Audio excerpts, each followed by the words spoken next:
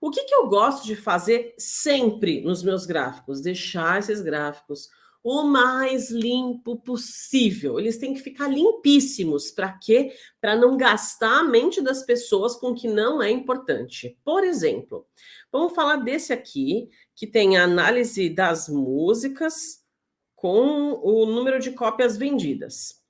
Isso aqui normalmente não me ajuda. A pessoa vai bater o olho, vai ficar analisando a linha aqui, não gosto. Então eu clico e deleto. Eu não coloco linha de grade. Eu sou muito minimalista com gráficos. E eu sempre gosto de deixar o texto aqui, ó, de um tamanho que ele não fique torto. Tá vendo? Eu acho mais fácil de ler quando ele fica retinho. Ai, Karim, mas o meu não dá. Eu não tenho espaço para fazer isso. É aí que você pode mudar de gráfico. Como é que eu fiz isso? Ctrl, Shift, clica no objeto e arrasta. Assim você pode duplicar objetos, tá bom? Esse gráfico aqui, quando começa a não ter tamanho, eu mudo o tipo de gráfico para o primo dele. Ó, vou vir aqui alterar tipo de gráfico. Vou usar, em vez de coluna, um de barras. Olha só. Eu só uso barras quando eu preciso de espaço para textos. Olha que legal.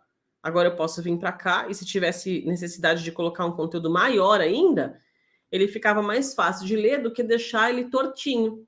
Se eu tivesse só esse espaço, ok. Ah, não, eu tenho espaço para puxar. Quero puxar ele bem grandão. Ah, então tá. Então você pode puxar, tá? Mas é a única diferença desses dois tipos de gráfico, porque os dois fazem a comparação e fica bem claro de usar. E é fácil para qualquer pessoa, você não tem que dar uma aula de como é que analisa um tipo de gráfico desse, né? O que mais que a gente pode colocar? Só batendo o olho, eu não consigo identificar qual é a diferença, por exemplo, voltei, de bad para dangerous. Não consigo identificar.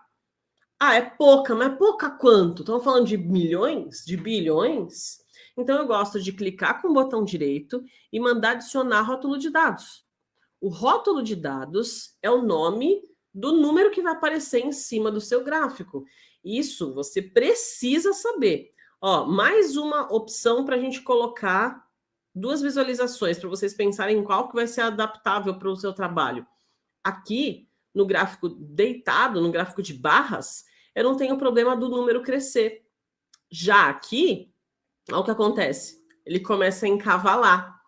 Então, nesse aqui, ou você teria que ter teria que ter mais espaço, ou a gente teria que formatar esse número para ele não ficar com tantos zeros, né? Então dá para você colocar, por exemplo, 10K de 10 mil, 10 mm para milhões. Você pode escolher uma formatação diferente. Mas, assim, é uma visualização que não vai dar problema. E eu consigo rapidamente ver a diferença agora. Lembra que eu falei do dangerous para o bad? 32, 35 mil. Sacou? Essa diferença, então, você só vai escolher um gráfico assim ou assim de acordo com o seu conteúdo. Se o número fosse pequeno e os conteúdos em texto também, eu poderia continuar tranquilamente com esses meus gráficos aqui em coluna, tá?